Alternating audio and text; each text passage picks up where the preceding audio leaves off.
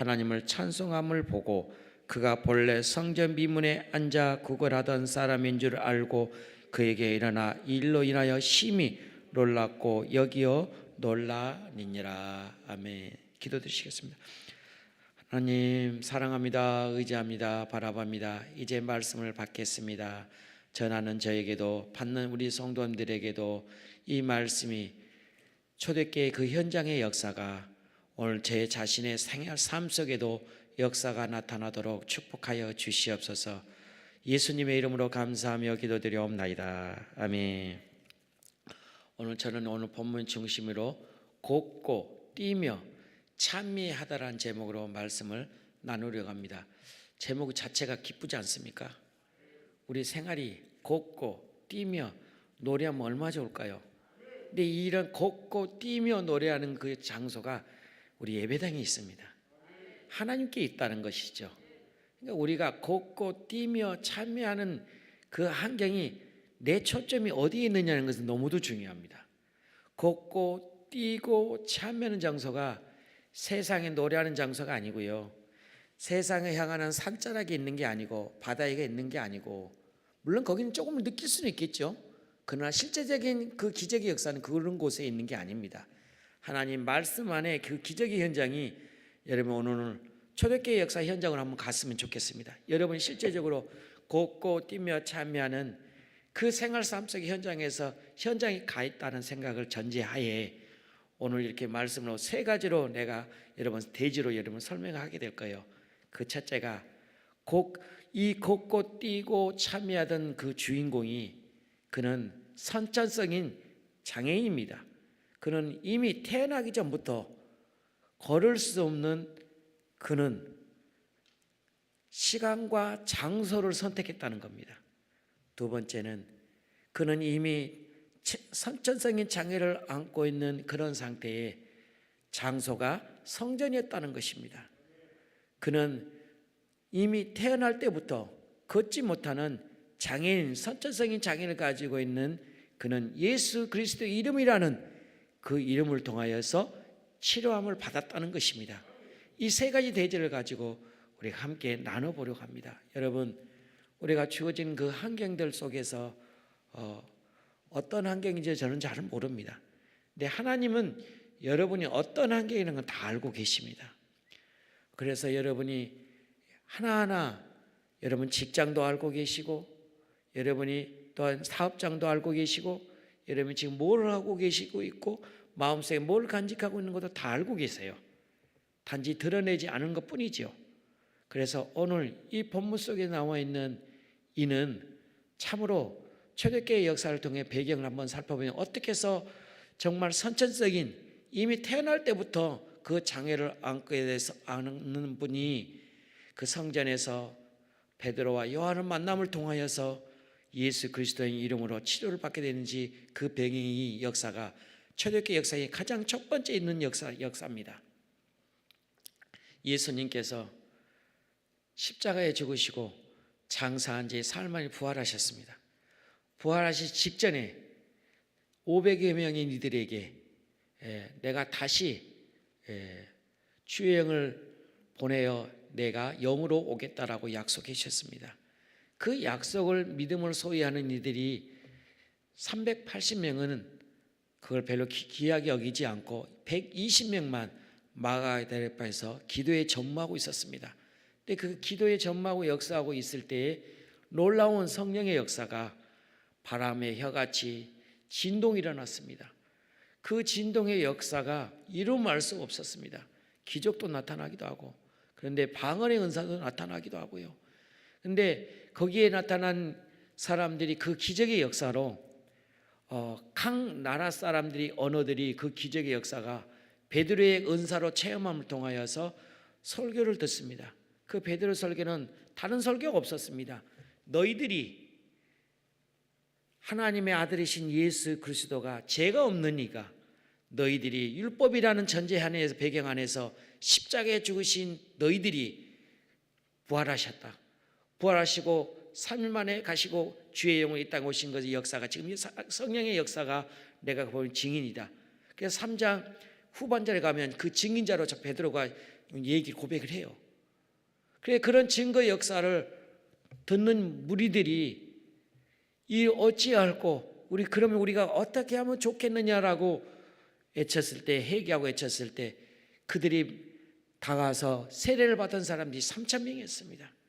그 3,000명의 분들이 회개한 역사로 인해서 어떤 이들은 비웃기도 한 사람들이 각중에 있었습니다. 그러나 그 3,000명은 갑자기 예루살렘의 교회가 성장의 계기가 됐습니다. 그 계기로 인해서 베드로와 요한과 제자들은 교회에 모여 있는데 힘썼고 기도에 전무하고 있었습니다. 여러분 기적의 역사는 어디서 때부터 시작할까요? 하나님과 함께 했을 때 기적이 나타난다는 겁니다. 믿음으로 의지할 때 나타난다는 겁니다. 그리고 성전에 갔을 때 나타났다는 겁니다. 또한 하나님의 말씀을 들을 때 역사가 나타났다는 겁니다. 오늘 여러분 이 시간에 역사의 주인공이 될 수 있는 장소에 와 있습니다. 여러분 역사의 주인공이 왔는 분들이 왔는데 그냥 돌아가면 너무 아깝지 않습니까? 이 시간은 너무 값진 시간입니다.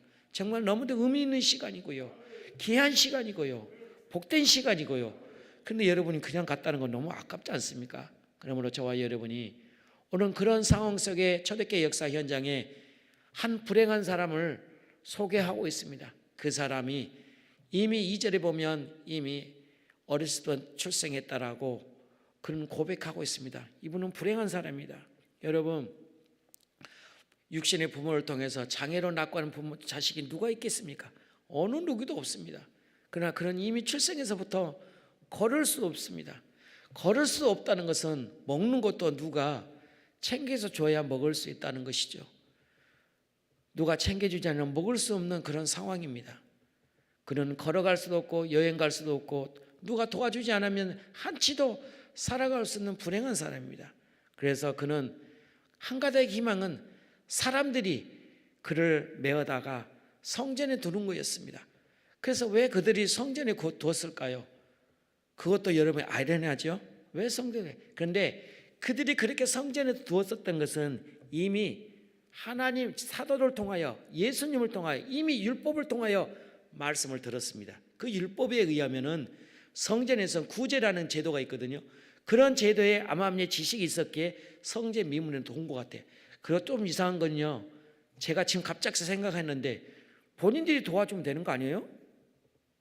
여러분 안 그래요? 본인들이 도와주면 되잖아요.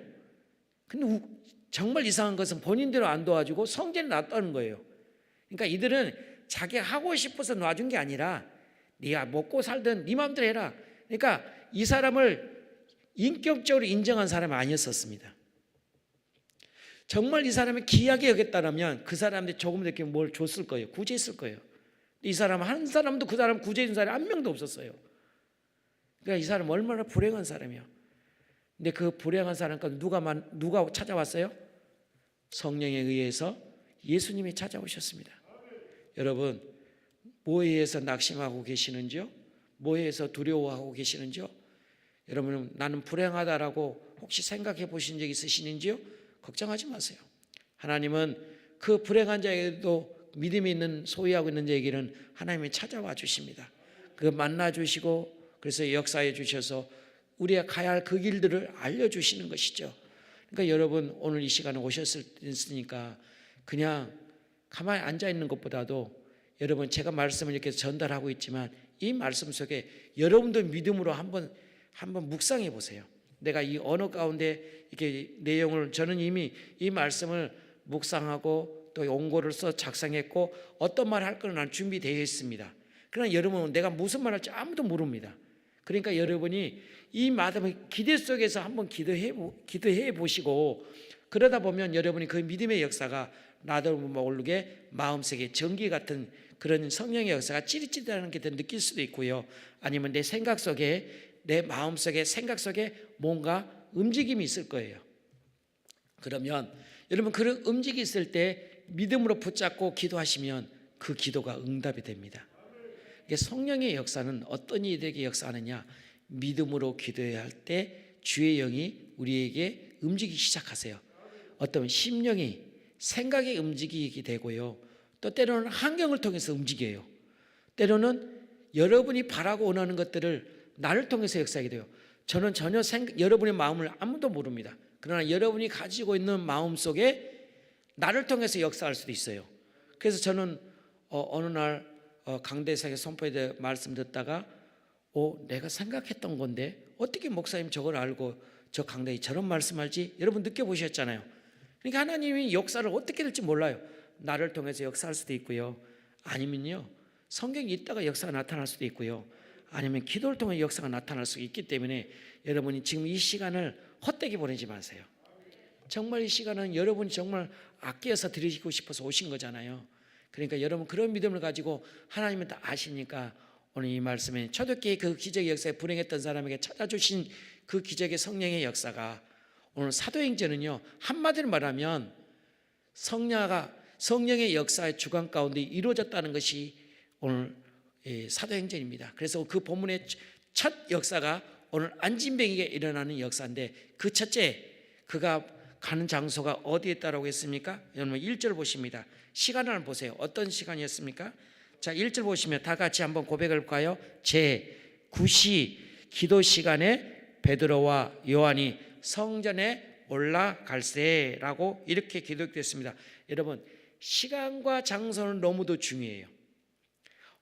그래서 여러분은 내가 언제 은혜 받게 될지, 언제 내가 기적을 경험할지 그건 아무도 몰라요.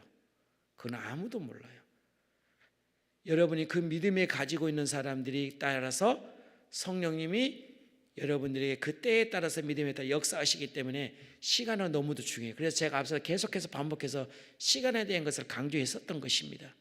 이 안진뱅이는 그 9시라고 했습니다. 우리나라 시간에 따르면 오후 3시입니다.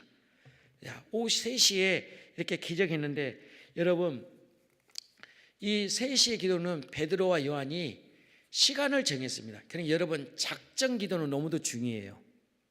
그러니까 여러분 이 작정 기도는 오늘날 현대에서만 만들어진 게 아니고요, 이미 초대교회부터 역사가 있는 게 아니고 이미 구약에서부터 이미 시작했어요. 이 시간의 개념이 되는 것은 여러분 하루 24시간 우리에게 주어졌습니다. 그리고 1년이라는 360을 나에게 주어졌습니다. 그 시간을 내가 어떻게 쓰느냐에 따라서 그 결과가 마지막 12월 30일 날 결과가 나와요. 물론 그 중간에도 나타날 수도 있고요. 그래서 여러분 베드로와 요한은 시간을 정해서 오후 3시에, 지금 우리나라 시간을 얘기할게요. 오후 3시에, 성경은 9시, 9시에 갔다고 했습니다. 오후 3시에 성전에 기도하러 갔습니다. 성전에 기도하러 가는 그 시간이었습니다. 여러분 다니엘도요, 다니엘서 6장 10절에 보게 되면 그는 정한 시간에 아침과 정신과 정해서 기도에 갔다라고 다니엘서 6장 10절에도, 여러분 다윗도 시편 55편 17절에 보면 다윗이 하루에 3번을 기도하는 시간을 아침과 정심을 놓고 작정 기도를 했습니다. 여러분 이렇게 시간을 놓고 기도하는 건 참 중요한 것 같아요. 그만큼 내가 믿음을 하겠다는 그 결단인 거니까 얼마나 중요하지 않을까요? 그래서 이 다니엘뿐인가 예수님도 그 습관에 쫓아서 기도했다고 했습니다. 누가복음 22장 39절 41절에 보면 이렇게 말씀하십니다. 예수께서 나아가사 습관을 쫓아 강남산에 가심에 제자들도 쫓았더니 그곳에 이르러 저희에게 이르시되 시험에 들지 않게 기도하라 하시고 저희에게 떠나 돌 던질 만큼 가서 무릎을 꿇고 기도하여라고 이렇게 기도했습니다.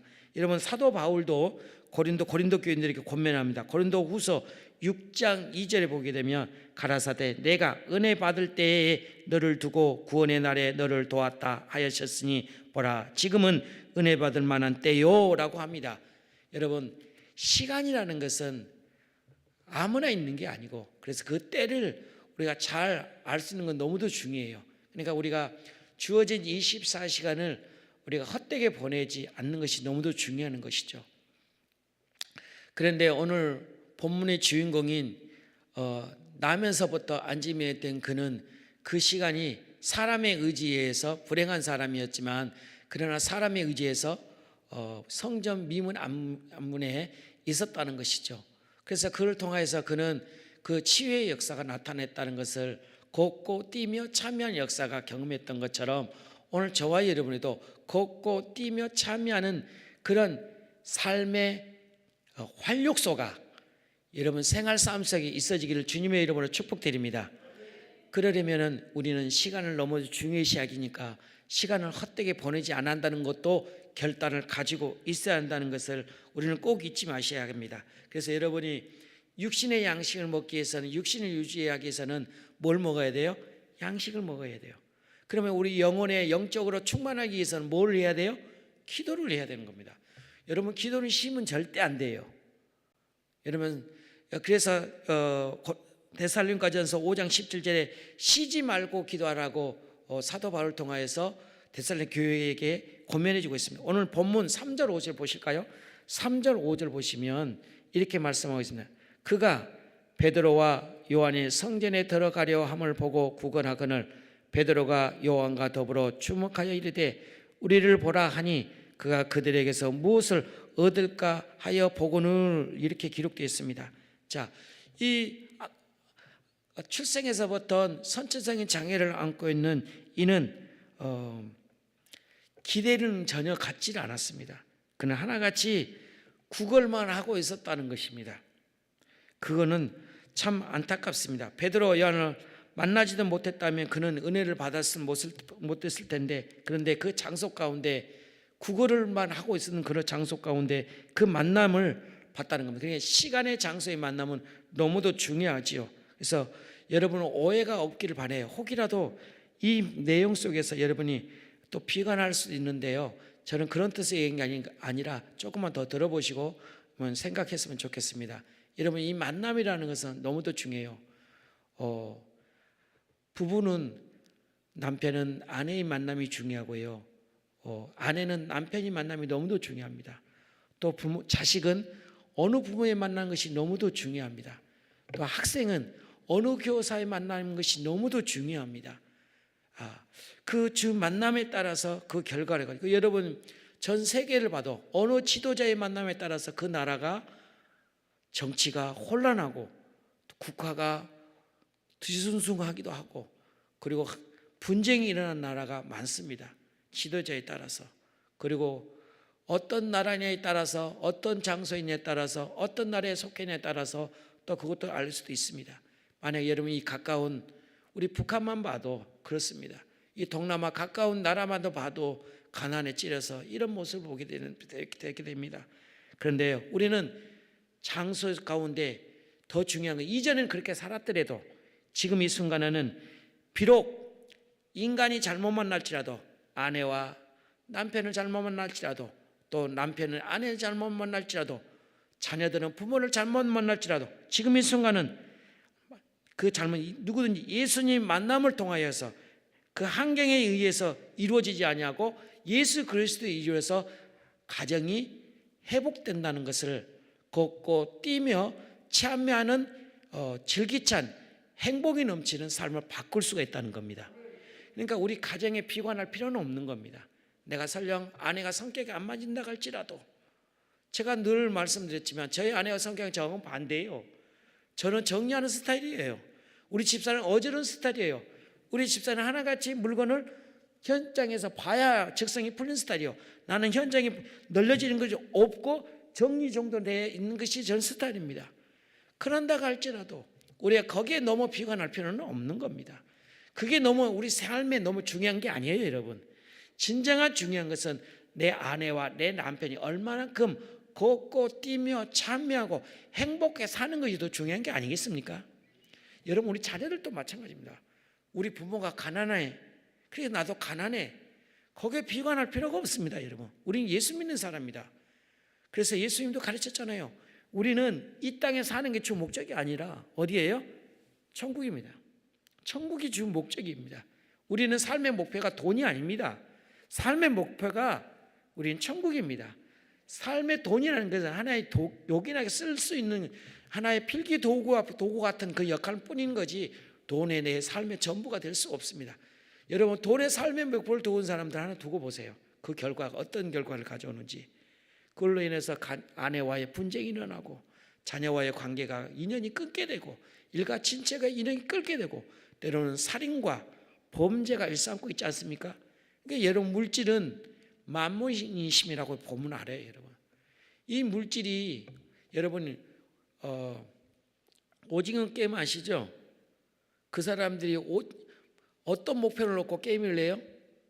뭡니까? 그 목표가 그들이 하나같이 다 목표가 돈입니다. 근데 여러분이 그걸 보면서 여러분이 어떻게 보셨어요? 오늘날에 이 만문인심이 이 전 세계를 지배를 하고 있습니다.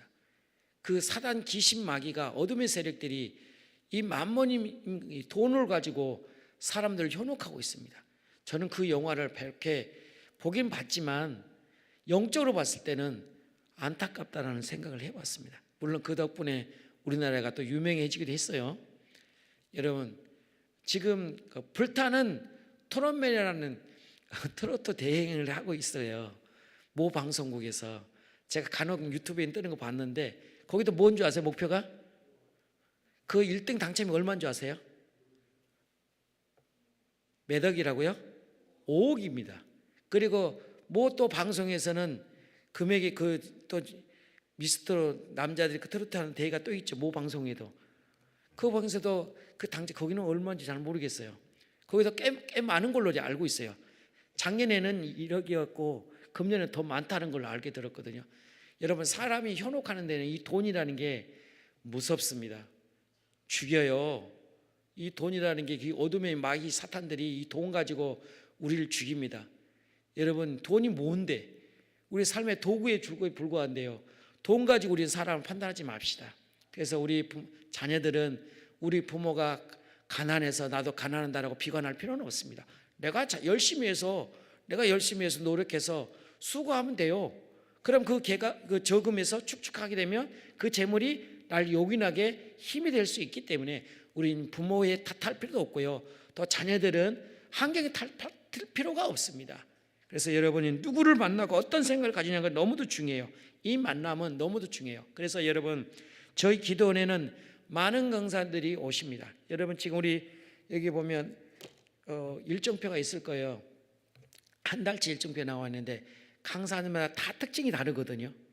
그러니까 여러분 기도원 오실 때는 어느 강사님이라 그거 보지 마시고 오늘은 어떤 강사님 만나가지고 내게 은혜를 받을까, 그런 희망 가운데 오세요. 그게 은혜 받을 하나의 그 기적이에요. 하나님은 어떤 사람을 통해 역사할지도 몰라요. 물론 큰 교회나 부흥사 목사님들은 언변이 있어가지고 재밌기도 하고 즐겁기도 하고 감동도 받기도 해요. 나 같은 사람 부목사이기 때문에 그런 거는 좀 없어요. 때로는 딱딱할 수도 있을 거예요. 근데 중요한 것은 여러분, 항상 기도원 오실 때는 어느 목사님을 통하여서 내가 은혜 받을지 모르니까 하나님, 오늘 내가 강남금식 예배당에 갑니다. 예배당인데 그 강사님을 통하여서 은혜 받을 수 있도록 도와주세요라고 딱 그렇게 기도하고 준비하고 오세요. 그러니까 저는 그런 믿음을 가지고 항상 신앙생활을 해왔습니다. 그러니까 오늘 이 순간에도 하나님의 그런 믿음을 가지면, 그래서 여러분 이 만남이라는 건 너무도 중요해요. 그래서 그 성전에 와서 기도하고 그 강사 목사님을 통해 그 만남을 내가 때로는요 하잘 것 없는 어린이날 통해도 역사한다는 거 아세요? 제가 전도사 때 여자 전도사님이 저한테 간증해 준 건데요. 그분이 은사가 있어요. 그분이 은사가 있는데 참 신의 은사 있었어요. 그래서 앞에가 3자예요. 2자인데 그 그룹의 회장을 치료해 준 적이 있어요. 그래서 그분이 조금 그 금호동에서, 지금은 저 어디인지는 모르겠어요. 그분이 한 번은 간증을 하시는데 갑작스럽게 전화를 받고 빨리 와서 좀 우리 집에 와서 좀 기도해 주셨으면 좋겠다라고 했는데 귀신의 역사가 부모에게 나타났는데, 그런데 그 전사님이 기도했음에도 불구하고 귀신이 안 나가는 거예요. 그런데 한 아이가 그 시간에 오게 됐어요. 근데 아이를 보고 귀신 들었던 여인이 꼬꾸라지 넘어진 거예요. 그래서 나중에 알게 됐는데 그 이제 치료가 되어서 하게 보니까 그 아이의 배우의 뒤에 정말 무서운 사람이 있더래요. 그러니까 이제 세상 사람들은 그 어두운 거 있잖아요. 우리는 천군천사예요. 여러분, 마치 엘리사의 종이 아말렉 군사가 대군을 끌고 왔을 때, 두려웠을 때, 떴을 때, 그런 상황에서 엘리사가 종의 눈을 떠서 봤을 때 기도해 줬더니 하늘 보니까 불말과 불병거가 가득 차여서 전쟁에서 안심을 놓았던 것처럼 그런 기적이 있었던 거예요.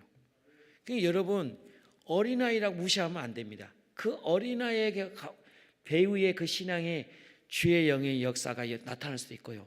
이런 역사는 어느 교회도 다 나타날 수 있어요. 제가요, 저희 아버님이 돌아가실 때 직접 임종하는 걸 내가 봤어요. 그런데 우리 온 가지 통곡했어요. 우리 큰 집에 와서 어머니도, 근데 우리 큰 어머님이 꼬꾸라기 쓰러져 버렸어요. 제가 그때 뭐 한 줄 아세요? 나만 신앙생활하고 있어요. 나만. 그래서 내가 막 방어를 막 냈다 막 기도해 버렸죠. 그래서 큰 어머니 눈을 뜬 거예요. 야, 네가 기도해서 내가 눈 뜨는 줄 알아?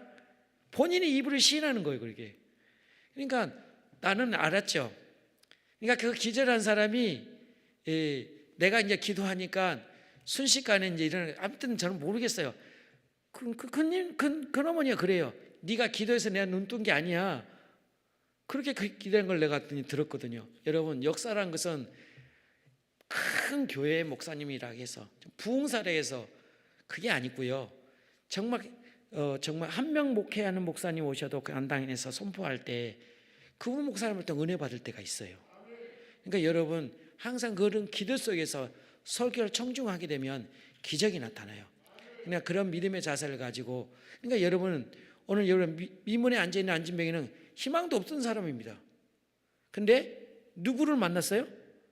베드로와 요한을 만났어요.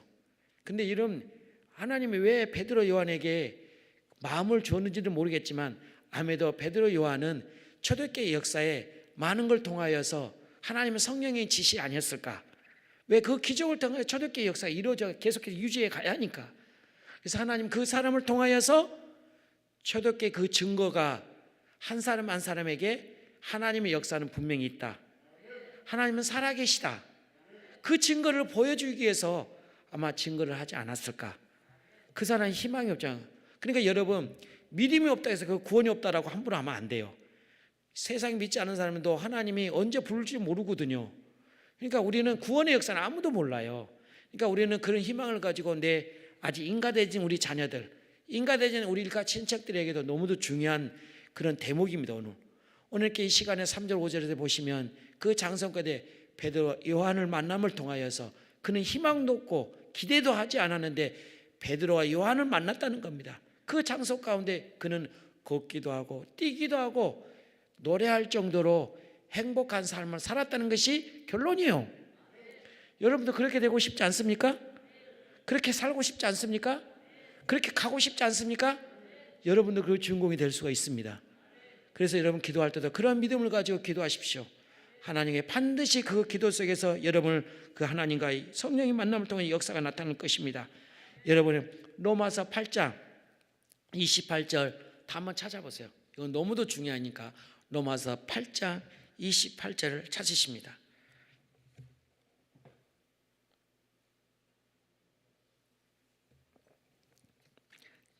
다 찾으셨을까요? 로마서 8장 28절. 제가 여태까지 말씀했던 내용이 그 키포인트 구절입니다. 다 같이 한 목소리로 우리가 알거니와 하나님을 사랑하는 자 곧 그 뜻대로 부르심을 입은 자들에게는 모든 것이 합력하여 선을 이루니라. 아멘. 그러니까 여러분, 사람에 따라서 내 역사가 나타나는 게 응답받는 것이 아니라 하나님이 내 믿음을 보시고 사람을 통해서 역사하십니다. 축복도 사람을 통해서 역사하십니다.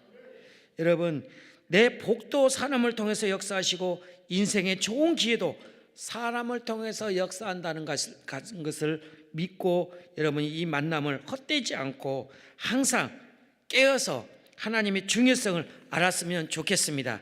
여러분, 이 만남은 너무도 중요합니다. 여러분, 베드로와 요한이 그 만남을 통하여 그 안짐의 소망인들에게 걷고 뛰며 행복한 삶을 살았던 것처럼 오늘 저와 여러분에게도 환경에서 흔들리지 말고, 때로는 일어날 수 없는 환경에 처해진다 할지라도 하나님께 언젠가는 저를 손잡아 주실 날이 있을 것입니다. 하나님께서 몰라요, 내 자녀를 통해서 말할 수도 있어요. 때로는 여러분 일가 친척들한테도 말할 수도 있어요. 여러분 강사님들이 많은 강사님들이 이렇게 설교를 할 때 제가 한 가지 또 깨달은 게 있었어요. 특별히 김문호 목사님을 통해서 내가 많이 느끼는 건데, 목사님이 목회 현장에서 느꼈던 건데, 목회 행사 이렇게 대화를 하다가 또 이게 얘기를 하다가 오늘 갑자기 일가 친척이 전화를 통해서 깨달음을 주는 거예요. 예수 믿지 않는데도 불구하고 이제 그 성도가 목사님 앞에서 간증을 하는 거예요. 신방을 가서 얘기를 하는 건데, 여러분 믿지 않는 사람을 또 사람을 들었습니다. 그 증거가 여러분 구약에 많습니다. 여러분 하나님 예수 믿는 사람들이, 하나님을 믿지 않는 사람들이 믿지 않으니까 어떻게 한 줄 아세요? 하나님 무슨 도구로 쓴 줄 아세요? 전쟁이라는 도구를 썼어요. 하나님 믿지 않는 사람들, 믿는 사람들을 채찍질하게 해서 어떻게 채찍질할까 고민하다가 아수르라는 나라를 들어서 강제로 하나님이 끌고 왔어요. 그래가지고 북쪽 이스라엘 사마리아 성을 다 무너뜨려 버렸습니다. 722년에. 또 남쪽 유다와 베냐민 지파가 하나님 말씀을 듣지 않자 바벨론 제국이라는 나라가 거대한 대국을 왕을 마음속에 움직여가지고 예루살렘에 쳐들어와서 586년에 쑥밭으로 만들어 버렸습니다. 하나님은 그렇게 쓰세요. 하나님은 이방 사람을, 그리고 또 여러분 바벨론에 의해서 멸망했잖아요. 그런데 하나님이 70년 만에 하나님 포로에서 본국으로 보내주는데 누가 또 어떻게 사람을 쓴 줄 아세요? 페르시아의 왕에 의해서 본국으로 보내줘요. 하나님이 페르시아의 왕을 움직여가지고 그 이스라엘 백성들을 본국으로 예루살렘 성전을 지으라고 본국으로 보내줘요. 그래서 1차, 2차, 3차는 나눠져 버려요. 1차는 제사장, 그 사람도 먼저 보내요. 그 다음에 제 성전을 할 수 있는 일꾼들을 먼저 보내요. 그리고 나머지 예루살렘을 할 사람, 그래서 느헤미야에 의해서 성전을 건축하는 증서하는 것들을 내용들이 나와 있습니다. 그런 것처럼 하나님은 환경을 통해서 역사하고 사람을 통해 역사한다는 것을 잊지 마시고 사람 관계도 잘 하셔야 돼요. 어떻게 역사할지 모르거든요. 저 왼수, 내 돈을 떼먹은 저 왼수, 혹시 그러고 계신 분들 안 계신지 모르겠습니다. 저도 그런 분이 있으니까 그냥 내려놓으세요. 하나님 맡기세요. 그런데요, 그 왼수가 원수가 언젠가는 죄송하다고, 그 증거가 내가 알고 있는 분이 제 섬겼던 분, 담임 목사님이세요. 돈을 떼먹고 나갔다가 나중에 거지가 돼서 오는 거예요. 용서를 빌어 온 거야. 그래도 목사니까 어떻게 해요? 다 용서 받아줬죠. 그래서 성도가 된 거예요. 여러분 사람이라는 거 모르는 거거든요. 그러니까 여러분 이 만남의 시간과 장소는 너무도 중요하다는 것을 잊지 않았으면 좋겠습니다. 두 번째입니다. 두 번째는 2절을 보십니다. 두 번째 2절 한번 합독하십니다. 나면서 못 걷게 된 이를 사람을 메고 오니 이는 성전에 들어가는 사람들에게 구걸하기 위하여 날마다 미문이라는 성전 문에 두는 자라랍니다. 여러분 여기가 어디라고요? 성전입니다. 베드로와 요한이 함께 기도하러 성전에 올라갔습니다. 그래서 베드로와 요한을 만났습니다. 여러분 만약에 이 걷지도 못하는 선천성이 작은 사람들이 산헤드린 공회당이나 났다면, 여러분 아니 또한 빌라도 총독의 관제에 났다면 어떻게 됐을까요? 그는 아마 꽁문이라는 발로 차지 않았을까요? 아니면 하인들 시켜서 한번 엄청나게 괴롭히며 폭행을 당하지 않았을까? 그런데 그는 전혀 누구도 해코지 않는, 오히려 그들에게 자비를 베풀어 쓰는 장소를 갔다는 겁니다. 그러니까 여러분 이 장소가 앞서도 계속해서 말씀드리고 있지만 장소는 너무도 중요해요. 그러니까 여러분 일반 직장인들도 마찬가지입니다. 사업장도 마찬가지입니다. 여러분 사업한 사람들이 사업에 연연하지 않고 마냥 산으로 들로 놀러 간다고 그러면 사업이 성공할까요? 못합니다. 세상 이치도 그래요. 여러분 공부하는 학생이 공부해야 할 시간에 공부는 안 하고 맨날 게임만 하고 있다고 그러면 그 아이가 성적이 좋아질까요? 아니거든요. 여러분 이와 같은 것처럼 부모와 자녀의 관계에서도 얼만큼은 화목관에 따라서 그 가정이 달라지고요. 또 성도는 얼마만큼 예배당에 자주 가냐 또 기도하냐에 따라서 결과가 나타나요. 얼마만큼 성전에 내 가서 말씀을 듣고 얼마만큼 기도에 따라 영적으로 경건성이 달라요. 여러분 성전에 자주 안 온 사람은요 기도가 잘 안 됩니다. 여러분 느껴보셔서 알잖아요. 교회 자주 안 오신 분들은요, 그냥 오면은 왠가 낯설고, 기도에 성 예배당에 오면 낯설어요. 그냥 이상하게 기분이 그래. 반겨주는 사람도 없고요. 그러나 성전에 자주 온 사람들은 같은 핏줄은 아니지만 자주 만나면 해서 인사도 해요. 악수도 해요. 그리고 같이 먹자, 맛있는 집에 찾아가서 같이 식사도 해요. 같은 성도들끼리. 그리고 성전에 자주 모인 사람들, 구역원들이 있으면은 그들이 같이 가서 여행도 가기도 해요.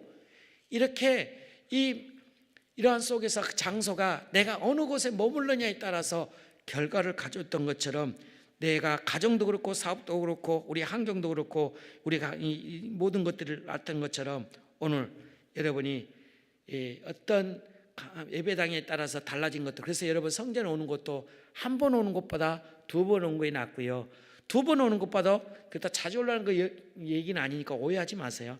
아무튼 중요한 것은 얼마큼은 내가 경건에 머물 장소가 있느냐는 것을 설명하는 거니까. 근데 꼭 제가 이렇게 하면 기도원 자주 오라는 얘기인가 보다 그렇게 생각하는데, 절대 그런 의도는 아닙니다.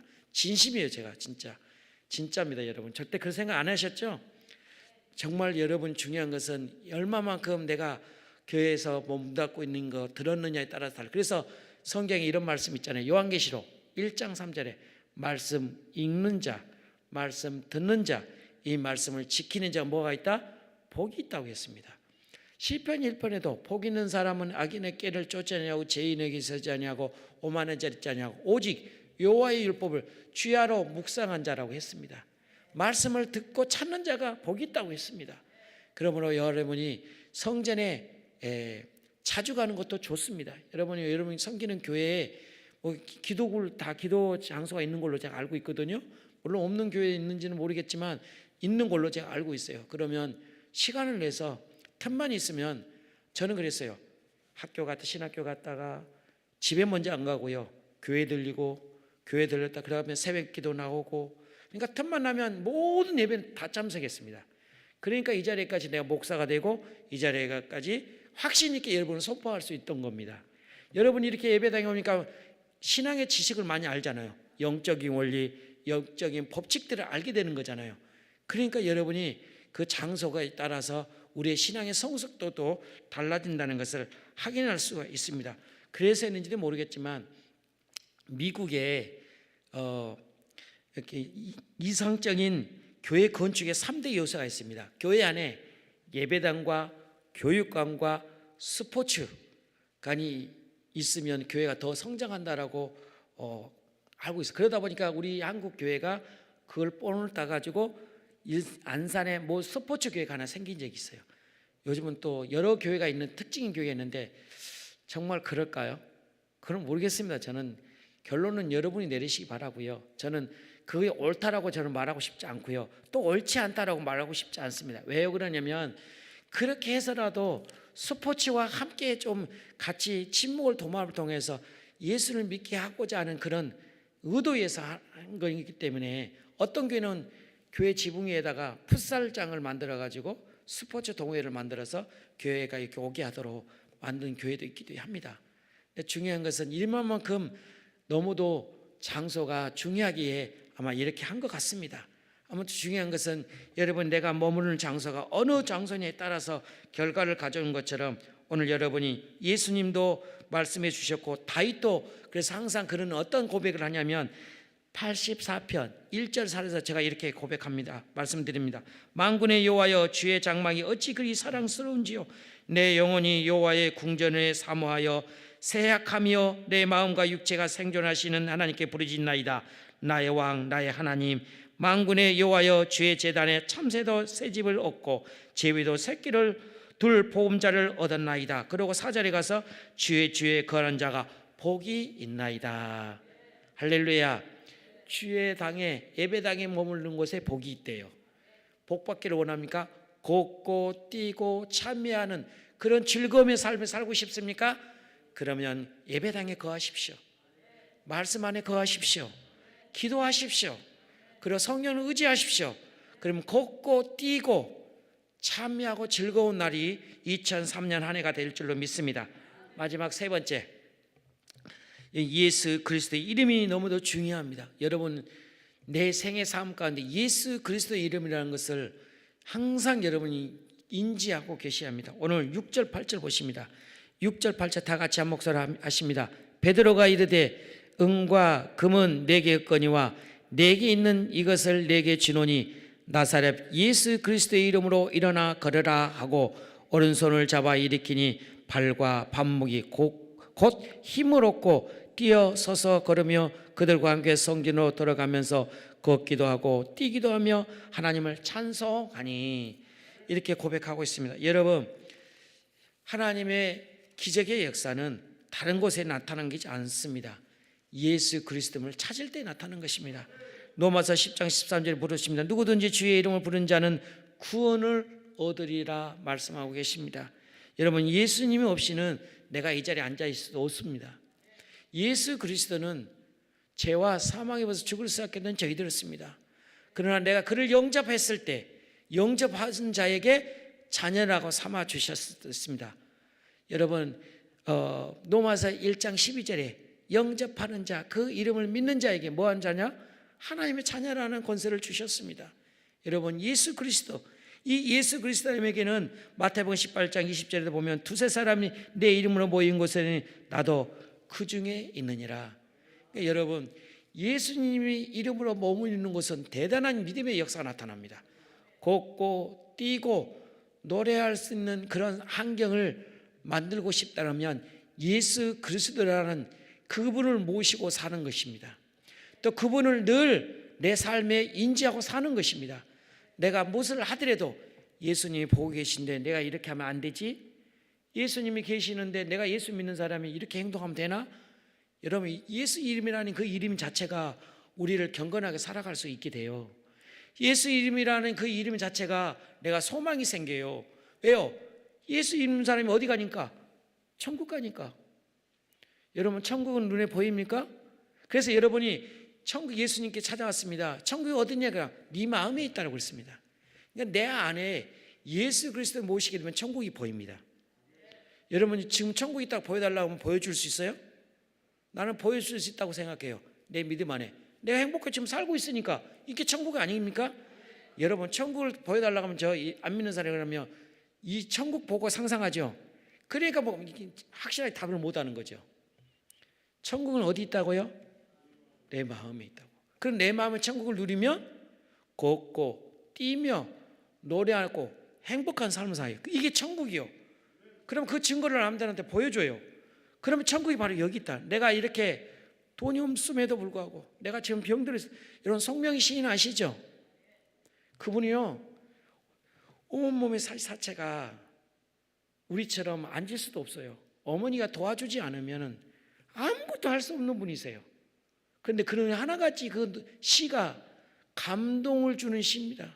여러분, 우리 두 눈, 말, 코, 귀, 두 손가락, 10손가락, 발, 걸어가 누웠다 일어날 수 있고 힘도 있고 능력도 있습니다. 그분은 부모가 이렇게 해주지만 이럴 수도 없어요. 온몸이. 그럼에도 불구하고 송명희 시인은 그 시가 사람을 감동을 줍니다. 나 가진 재물 없으나, 그리고 나 실제 할 수는 없으나 모든 게 다 하나님께 높여드리잖아요. 감사하게 생각하잖아요. 기쁘게 살잖아요. 왜요? 그 안에 누가 있기 때문에? 살아계신 예수님이 계시기 때문에. 뭐가 우울하세요? 뭐가 답답하세요? 이제 다시 한번 2023년에는 예수님을 내 안에 진정으로 모셨으면 좋겠습니다. 그래서 여러분이 진정으로 예수님을 인격적으로 만나야 돼요. 예수님을 인격적으로 만나지 못하면 이런 결과가 나와요. 어떤 결과요? 예수님 불확실한 답변이요. 그러나 인격적으로 예수님을 만나게 되면 나는 확신 있게 답변할 수 있어요. 그러니까 여러분, 예수님을 진정으로 인격적으로 만나신다고 그러면 어떤 어려움이라도 견뎌져요. 저도 전도사 때 5천매라는 그 빛이 어려웠거든요. 근데 그 빛이라는 게 그 당시에는 한 3년 동안 내가 힘들게 살았었거든요. 그래서 제가 말씀드렸잖아요. 1년은 내가 사역을 내려놨다고. 바보지. 얼마나 힘들었으면 제가 내려놨겠습니까? 여러분, 전화 한 통 하나만 와도 깜짝깜짝 노는 거죠. 왜요? 채무자들 계속 전화하니까 벨소리. 근데 욕은 아니에요.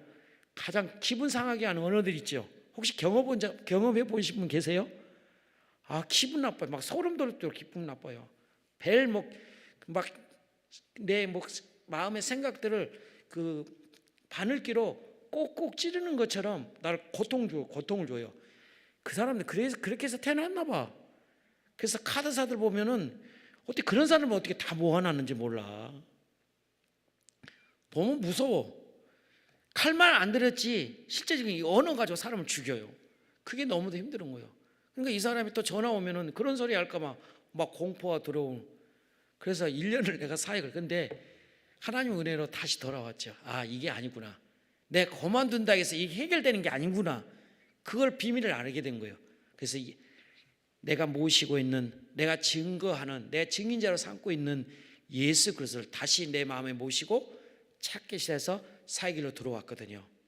그러니까 내가 지금 이 자리에 지금까지 한 번도 내가 부인한 적도 없고 한 번도 내가 후회한 적도 없습니다. 여러분, 지금 이 순간에 2023년 한 해는 예수 그리스도의 이름이라는 그 이름을 귀하게 여기시고요, 그 이름을 통하여서 내 삶이 방향이 잡아져요. 그래서 여러분, 그 이름을 통하여 나타나는 역사가 내가 오늘 경험할 수 있었으면 좋겠습니다. 여러분, 출애굽기 15장 26절 보십시오. 나는 너희 치료하는 여호와이니라. 병든 분 계십니까? 하나님이 치료해 주신답니다. 하나님이 치료해 주신답니다.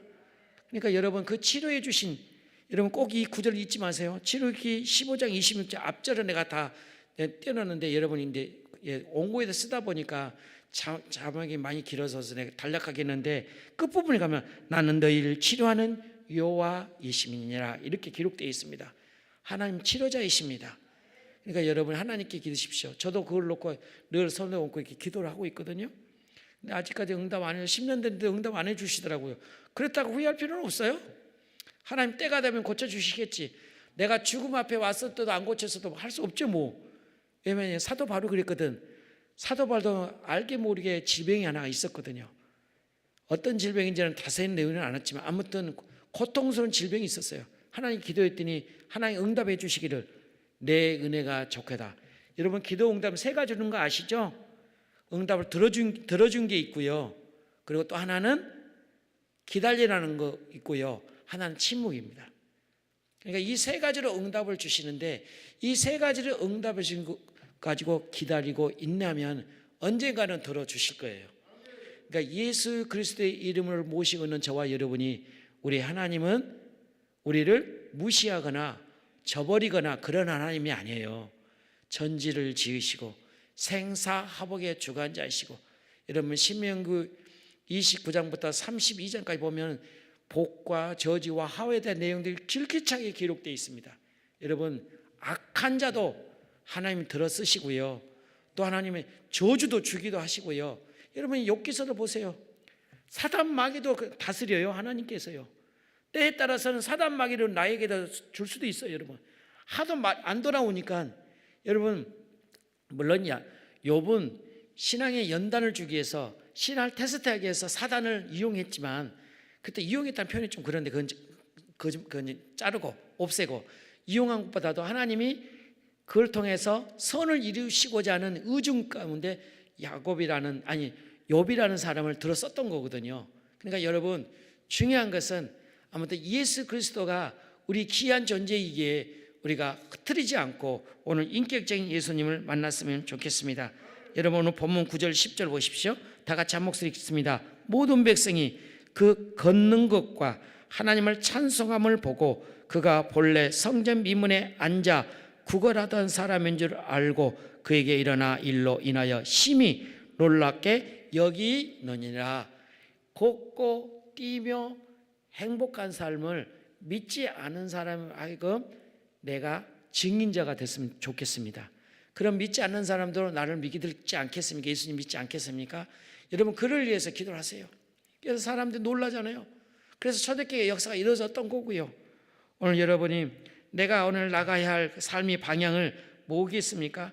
여러분, 진정으로 우리가 꼭 잊지만 할 것은 오늘 걷고 뛰며 참여하던 그 가난뱅이, 선천성인 장애인, 불행한 사람, 어느 누구도 거들떠보지 않는 사람, 그냥 될 대로 되라는 그런 불행 사랑이었습니다. 그런데 그는 성전 미문임이라는 베드로와 요한을 통하여 오후 3시에 예수 그리스도의 이름으로 손을 붙잡아줬더니 걸어서 걷고 뛰며 참여했다는 것이 오늘 본문이 키포인트입니다.